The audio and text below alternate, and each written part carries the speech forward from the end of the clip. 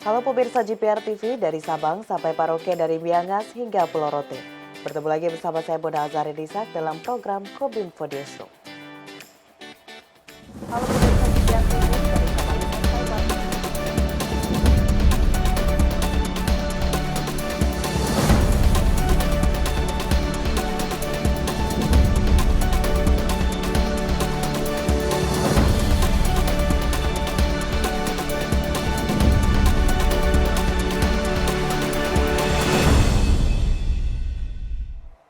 Pemirsa, kita ke informasi pertama. Kementerian Pekerjaan Umum dan Perumahan Rakyat bersama Kementerian Keuangan telah melakukan serah terima hibah barang milik negara senilai 19,8 triliun rupiah.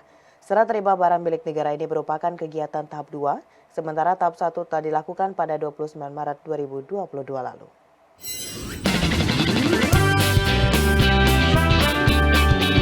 Kementerian Pekerjaan Umum dan Perumahan Rakyat bersama Kementerian Keuangan telah melakukan serah terima hibah barang milik negara yang dibangun PUPR, yakni senilai 19,8 triliun rupiah pada Rabu 7 Desember 2022 waktu lalu. Menteri Keuangan Sri Mulyani Indrawati mengatakan bahwa serah terima BUMN ini merupakan salah satu bentuk akuntabilitas publik yang sangat penting bagi masyarakat karena aset-aset negara tersebut dibangun menggunakan APBN. Dengan melalui berbagai proses pembangunan yang dilakukan oleh pemerintah, nilai dari barang milik negara dan aset negara hingga tahun 2021 ini telah mencapai 11.454 triliun rupiah yang sangat tergantung kepada valuasi dan kualitas dari aset yang dimiliki.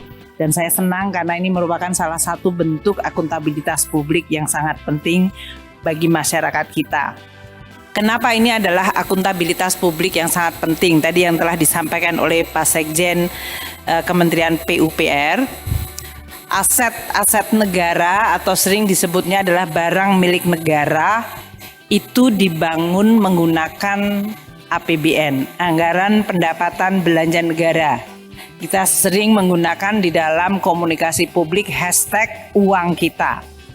Karena memang dia dibangun dari seluruh dana yang diperoleh dari pajak, bea dan cukai, penerimaan negara bukan pajak, bahkan sebagian adalah dalam bentuk surat berharga negara atau surat utang negara.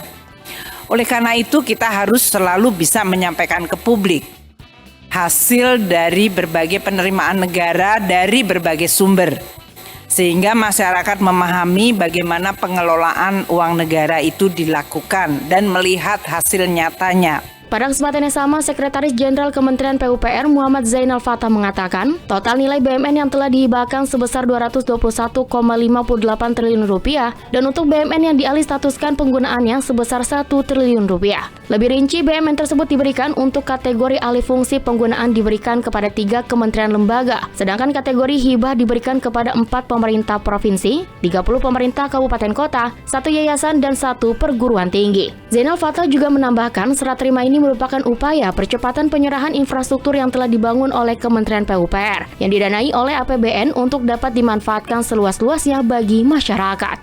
Kegiatan ini sekaligus juga merupakan upaya percepatan penyerahan infrastruktur yang telah dibangun oleh Kementerian PUPR yang didanai dengan APBN kita agar dengannya dapat segera dimanfaatkan seluas-luasnya untuk pelayanan bagi masyarakat.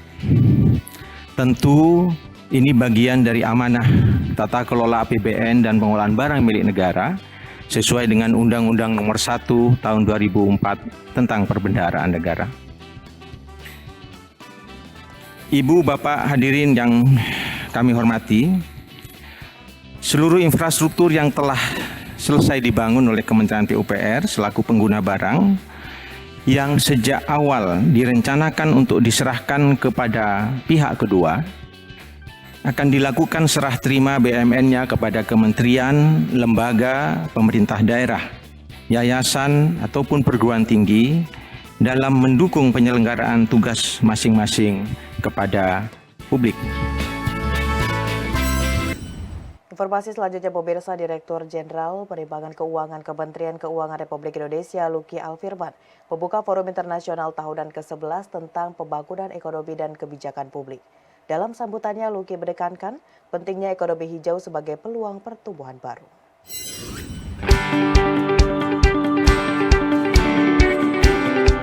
Mengangkat tema kebijakan ekonomi pasca pandemi mengatasi ketidakpastian dan merebut peluang pertumbuhan baru, Forum Internasional Tahunan ke-11 tentang Pembangunan Ekonomi dan Kebijakan Publik atau IFED diselenggarakan Badan Kebijakan Fiskal Kemenkyu dengan menyatukan para pembuat kebijakan, akademisi, ekonom, dan sektor swasta untuk terlibat dalam diskusi tingkat tinggi tentang isu-isu utama pembangunan ekonomi demi mendukung terciptanya kebijakan ekonomi yang lebih berimbang.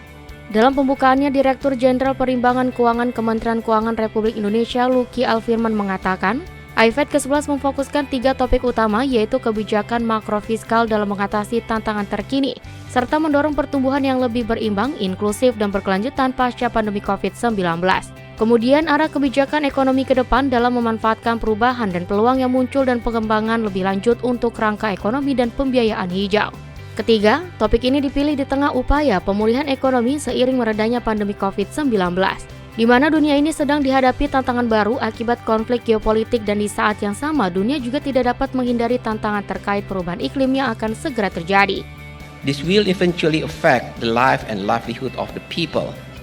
Thus, addressing the climate change-related risk is also very important since it will not only save people but also create opportunity as a new source of sustainable growth from development of the green economy. Kementerian Investasi Badan Koordinasi Penanaman Modal meluncurkan fitur kemitraan dalam sistem online single submission untuk sinergi pelaku usaha besar bermitra dengan usaha mikro kecil dan menengah di daerah. Fitur kemitraan ini bisa diakses melalui laman kemitraan.oss.go.id.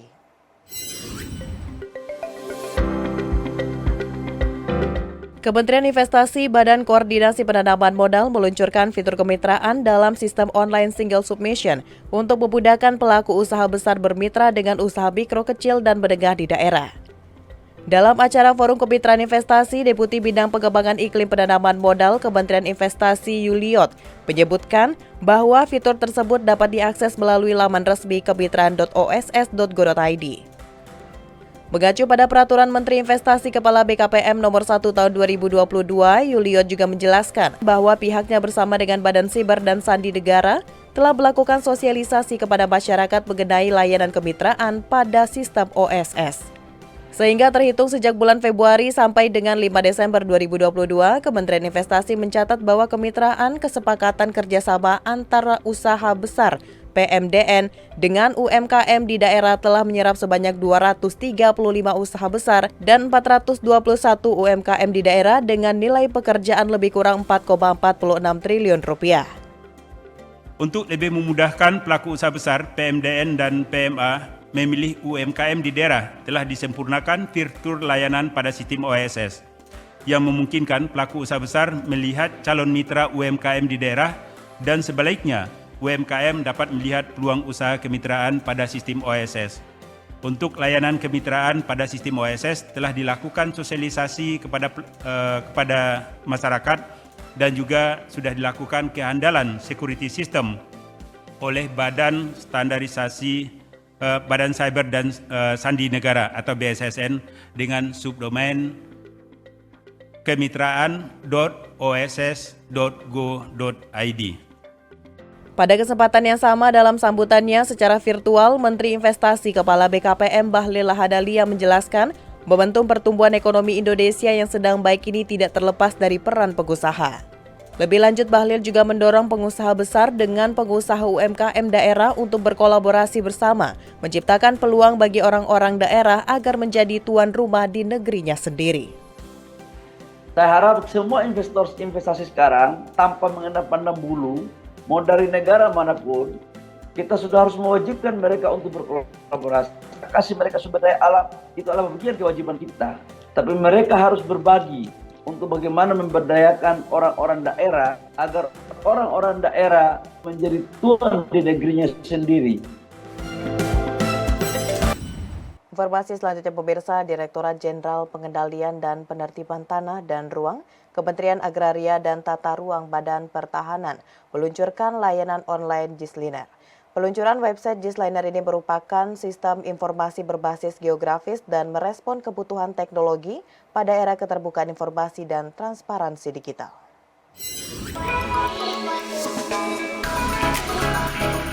Kementerian Agraria dan Tata Ruang atau Badan Pertanahan Nasional meluncurkan layanan daring dalam bentuk laman bernama Gisliner atau sering disebut dengan Geographic Information System Pengendalian dan Penertiban Tanah dan Ruang. Dirjen Pengendalian dan Penertiban Tanah dan Ruang Kementerian ATR BPN Budi Sitomorang menjelaskan, Gisliner merupakan sistem informasi berbasis geografis yang dikembangkan oleh Dirjen PPTR sebagai media sosialisasi dalam respon kebutuhan teknologi pada era keterbukaan informasi dan transparansi digital, serta sebagai sarana bagi pengambil keputusan bidang pengendalian dan penertiban tanah dan ruang. Beberapa data yang disajikan dalam Gisliner yaitu penilaian pelaksanaan kesesuaian kegiatan pemanfaatan ruang, audit tata ruang dan analisis spasial perwujudan struktur dan pola ruang. Selain itu disajikan data-data hasil kegiatan pengendalian dan penertiban pertanahan yang meliputi pemantauan hak atas tanah dan pemantauan tanah terlantar. Pengawasan ini akan mengecek semua. Salah satu dari pembinaan ini adalah sistem informasi yang sedang kita bicarakan hari ini. Sehingga semua yang begitu kompleks dengan kekuatan sistem informasi dan kekuatan teknologi informasi kita bisa menyelesaikan dengan gampang. Lebih lanjut, Sekjen PPTR Kementerian ATR BPN Safik Ananta Inuman mengatakan, program layanan online Gisliner merupakan pelaksanaan amanat Perpres nomor 95 tahun 2018 agar kementerian dan lembaga dapat bertransformasi di dunia digital serta mendukung pelayanan berbasis institusi dunia tahun 2024. Aplikasi portal GIS ini akan melayani eksternal kepada masyarakat, itu memberikan kemudahan akses terhadap apa yang kami lakukan atau apa pekerjaan yang kami lakukan sehari-hari dan memberikan manfaat lanjutan kepada masyarakat tersebut. Pemirsa, setelah jeda pariwara, kami akan kembali dengan berbagai informasi lainnya. Tetaplah bersama Kominfo Newsroom.